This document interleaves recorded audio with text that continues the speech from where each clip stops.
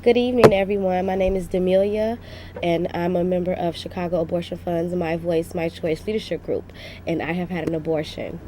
We've been doing this show monthly on a regular basis for quite some time now. Just recently, we switched up the format.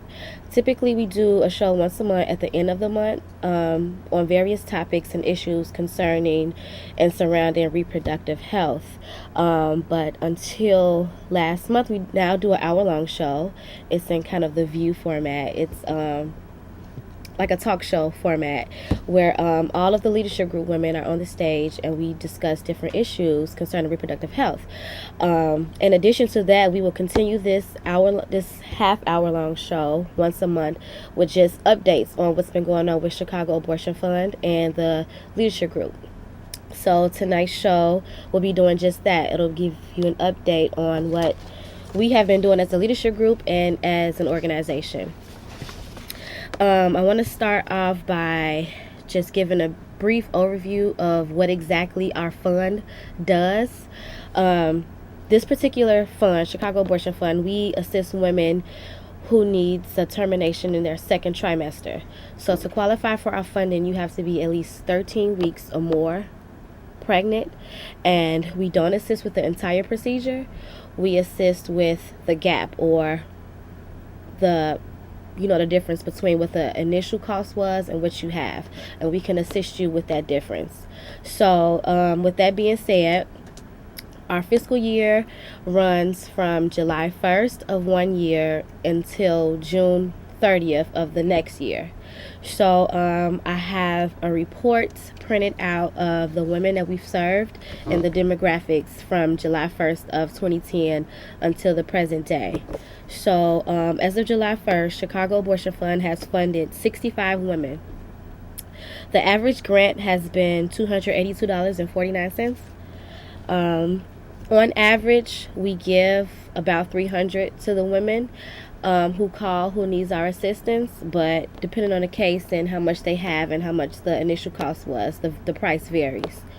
Of those 65 women, about 3% were Caucasian, about 83% were African American, and about 5% were other Hispanic. About 8% were other Hispanic. 3% being other and 5 being Hispanic.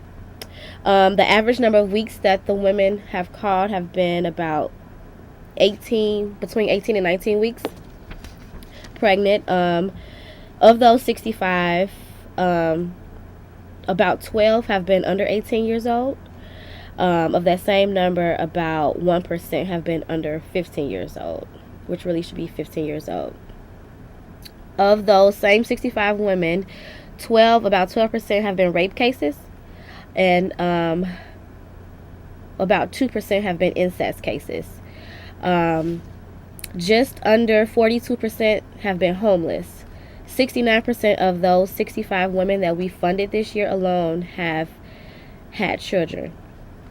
I read those demographics on the rape and the incest particularly because there's this misconception that women who have abortions are just these women who have decided to have unprotected sex and they have this unplanned pregnancy and then they just want to end it, which may be true in some cases. Is that's their prerogative, and you choose whether you want to have an abortion or not. But at the same time, a lot of our cases are domestic cases, rape cases, and incest cases.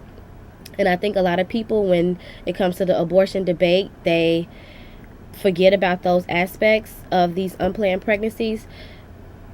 It's an unplanned pregnancy, point blank, period. Whether it's by you didn't use protection, or your birth control failed, or it was raped, incest, or a domestic case, it's still an unplanned pregnancy, and that woman chose to have an abortion. So I said that to say a lot of the people who are against abortion, they don't take that into consideration. Those women who have been raped or have been victim of domestic violence and they need to end their pregnancy. I wanted to mention a couple particular cases that we've seen that really stuck out to me. One being that 1 week alone we saw 3 15-year-olds call our line. 2 called by themselves and one parent called for them. 2 of those 3 cases were rape cases. One was by a family member or a friend or something. And that really touched me because the one who wasn't raped, it was because of birth control failure. The 2 rape cases were really sad, and it kind of really speaks for itself why they needed to have their procedure done. But the case with the failed birth control, for that to happen to her at 15, and that's the same across the board, whether the women we serve are 18, 22, or 35. Majority of our cases that call, if they're not raped or failure on the condom, is failure of birth control, which is a big issue in itself, because why are our numbers for failed birth control so high? My thought on that, I'm not certified or anything to say this, but this is just my personal opinion, and I think it's lack of education. So many of our young people, and primarily people of color, are getting a lack of education when it comes to reproductive health. So many of them are not being explained exactly how their birth control works and how they're supposed to properly use it for it to work effectively. I would say close to 70% of the women that we do fund, it was due to birth control failure. I had one particular case where a woman was 22 years old and she had 5 children.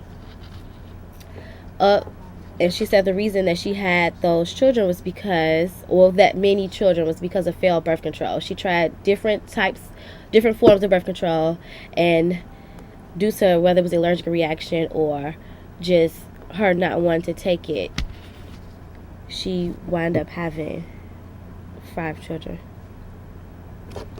Okay, I want to flash over our overhead.